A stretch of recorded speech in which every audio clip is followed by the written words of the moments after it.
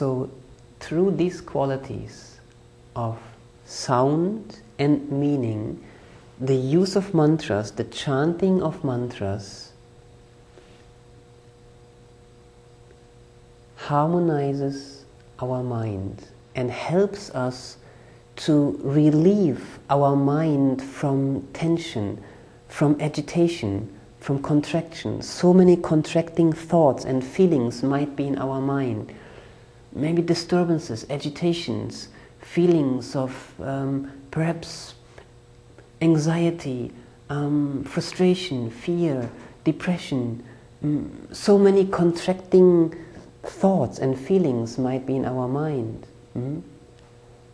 So these mantras help to relieve our mind from these contractions and ease our mind, expand our mind, transform these mental contractions into mental expansion.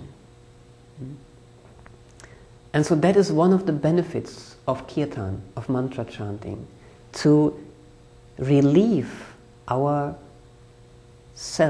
from mental agitation and tension and contraction. Not only that, actually mantras prevent our mind. Say, for example, we are feeling mentally uneasy, perhaps weak, and we are perhaps concerned that we will lose our mental control, our self-control.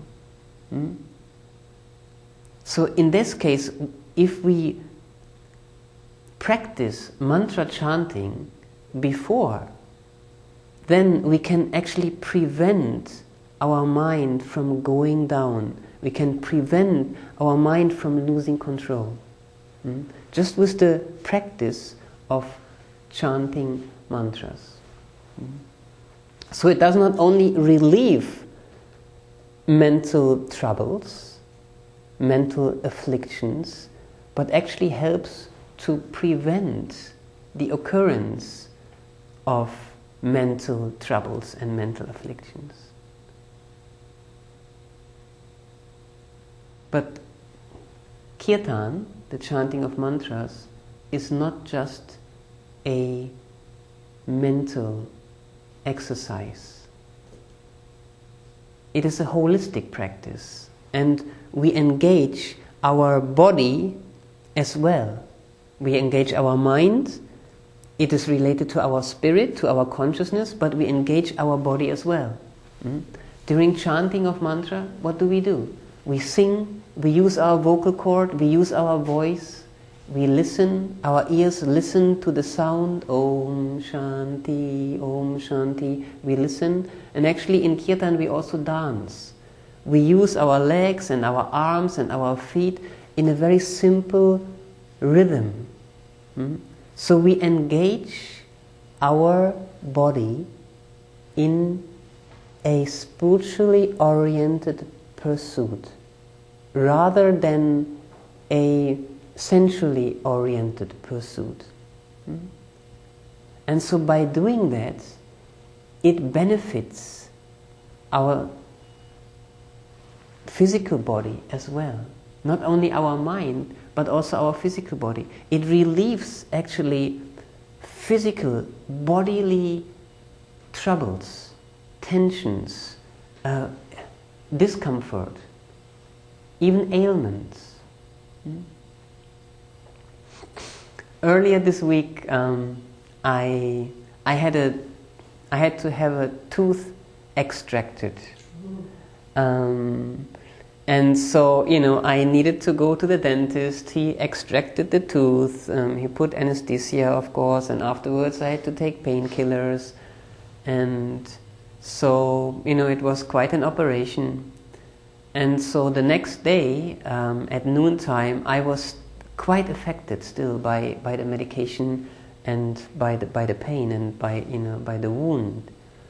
And here in our Anandalina, we every day, 3 times a day, we come together to chant, to do Kirtan together at noontime too. So morning time I was not able to join, Because actually the main reason was the painkiller really affected me quite strongly. But then at noontime I was still feeling quite unwell. But I decided to join the chanting, the Kiirtana. And I remembered at that time when after chanting for some time, I felt, what a relief. This simple doing of Kirtan, and I did not expect that I will be able to do Kirtan all this time and then afterwards sit in meditation. And I felt so relieved during the Kirtan, and I could sit nicely with concentration in meditation afterwards. And then I remembered that, on this weekend I'll be talking about Kirtan, so I was going to make sure to mention this very recent and concrete experience, that even physical discomfort, ill ease, is relieved by doing Kirtan, by doing mantra chanting. So it affects the body as well. But as you know, we are not just body and mind, we are also soul or pure consciousness.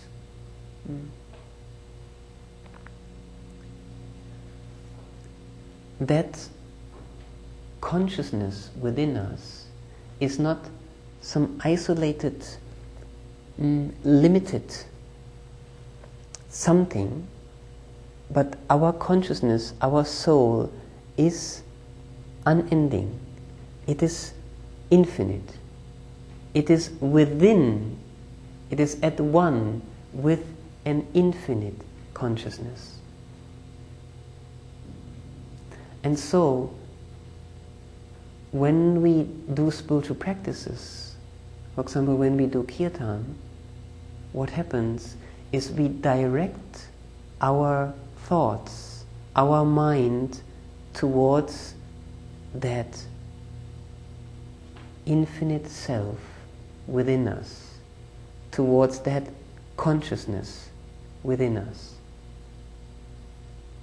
And so the closer we come to that infinite self within us, the more we experience the proximity of what?